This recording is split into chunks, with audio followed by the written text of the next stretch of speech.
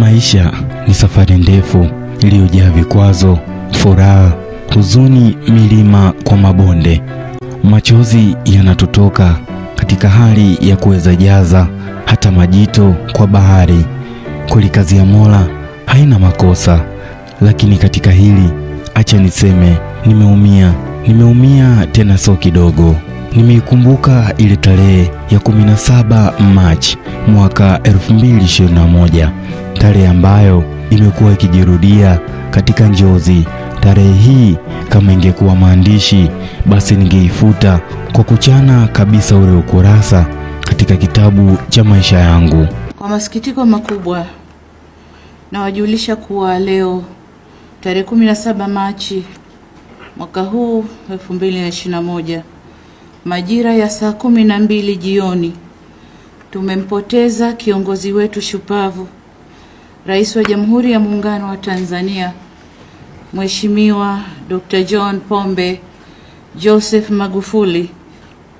Ndiyo 17 ya maumivu ndani ya mioyo yetu, maana tabasamu lako, sauti na hekima katika kung'amua mambo bado vinajirudia, ila haupo tena katika upeo wa macho yetu. Huzuni hii haiwezi kukauka, ni kama kivuli kinachotufuata kikitukumbusha katika kumwamini Mungu na kufanya kazi kwa bidii. Nimekumisi baba, miaka 4 imepita tangu tutoke, na bado kumbukumbu zako zinabaki hai katika mioyo yetu.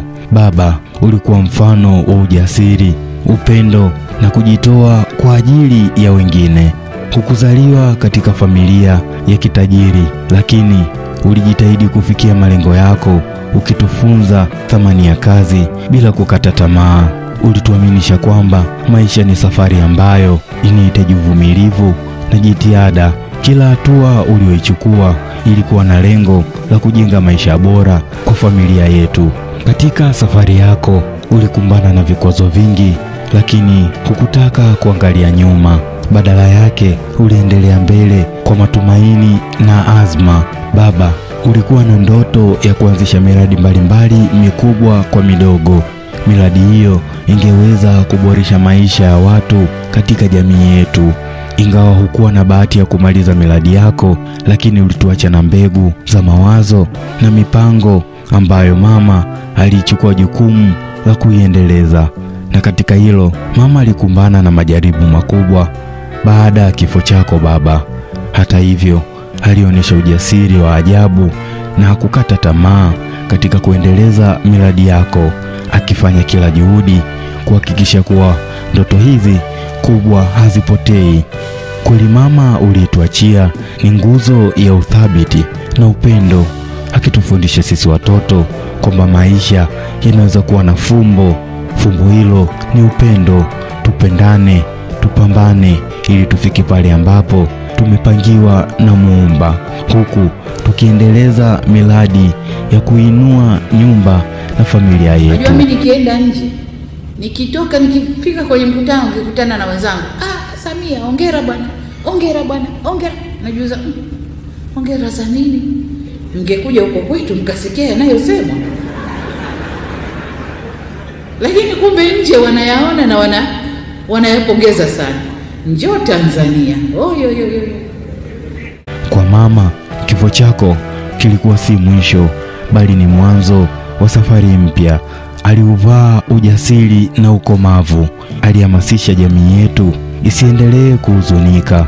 Uwe shujaa kwetu, tufanye yale ambayo umeacha, ili iwe kumbukumbu nzuri yako kwetu na kuleta mabadiliko kupitia miradi uliyoiacha na ile aliyoianzisha yeye. Baba, nilitaka kusahau pia kuna watoto wanamsumbua sana mama, ila hajawatupa na anawalea, akijaribu kuonesha njia nzuri ya kupita. Ingawa baba yetu haupo nasi tena, urithi wako unabaki katika maisha yetu.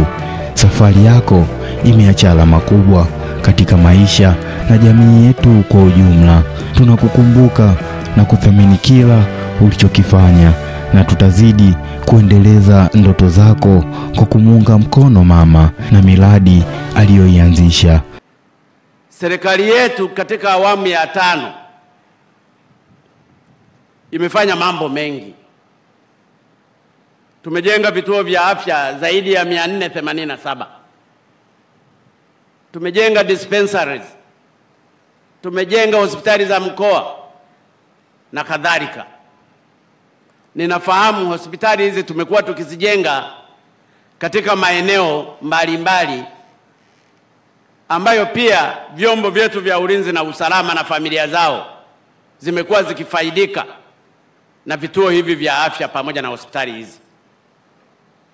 Nilipokuwa nasikiliza Nimekumisi sana baba. Ipo siku tutaonana tena, ila kwa sasa acha niseme hapana, nilisahau kujitambulisha. Baba, mimi ni mtoto wako wa mwisho, naitwa Gerard Kadinya. Rest in peace our late president John Pombe Joseph Magufuli. Tutaonana baadaye.